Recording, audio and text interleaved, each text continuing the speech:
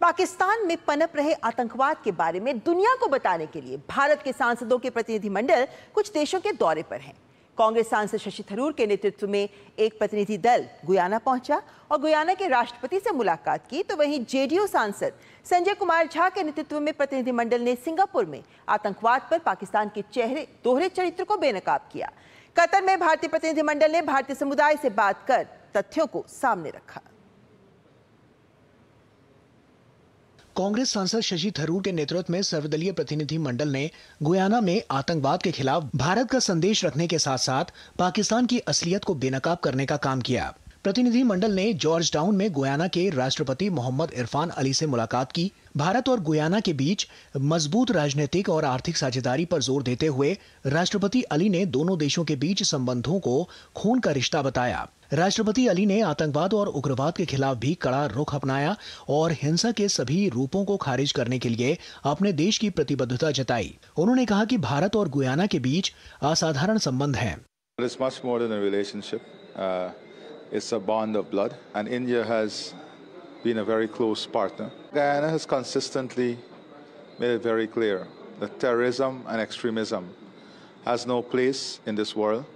सांसद संजय कुमार झा के नेतृत्व में सर्वदलीय प्रतिनिधि मंडल ने सिंगापुर के दौरे पर सिंगापुर के विदेश और गृह मंत्रालय की राज्य मंत्री सिम इन के साथ बैठक की। इस बीच भारतीय प्रतिनिधि मंडल ने सिंगापुर के सांसदों और अन्य नेताओं से भी मुलाकात की। इस दौरान प्रतिनिधि मंडल ने आतंकवाद पर पाकिस्तान के दोहरे चरित्र को बेनकाब किया। Air force of Indian air force attacked 9 terrorist infrastructure in Pakistan.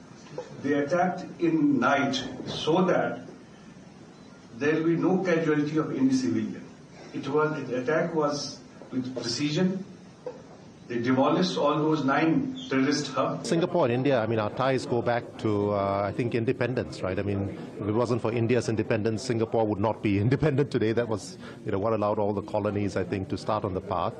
And, I mean, in terms of the security side, our penal code and so on actually originated from India. On the defense side, I think, I mean, both of us stand up for international law. Qatar ने आतंकवाद पर भारत की zero tolerance नीति का समर्थन किया है। Qatar के दौरे में एनसीपी एससीपी सांसद सुप्रिया सुले के नेतृत्व में भारतीय प्रतिनिधि मंडल ने भारतीय समुदाय से बातचीत कर देश के संदेश को लोगों तक पहुंचाने का काम किया। अगर भारत पे कोई हमला करेगा तो हर भारतीय एक साथ उसके खिलाफ, आतंकवाद के खिलाफ पूरी ताकत से लड़ेगा। हम एक मंच पर एकजुट होकर भारतीय प्रतिनिधि मंडल के रूप में आए हैं ताकि दुनिया को बता दे कि भारत आतंकवाद को सहन नहीं करेगा, उसको मुंह तोड़ करारा जवाब देने का काम करता रहेगा। भारत के 7 डेलीगेशन जिस तरह आतंकवाद के मुद्दे पर वैश्विक मंच पर भारत की आवाज बुलंद कर रहे हैं, उसने पाकिस्तान की टेंशन बढ़ा दी है।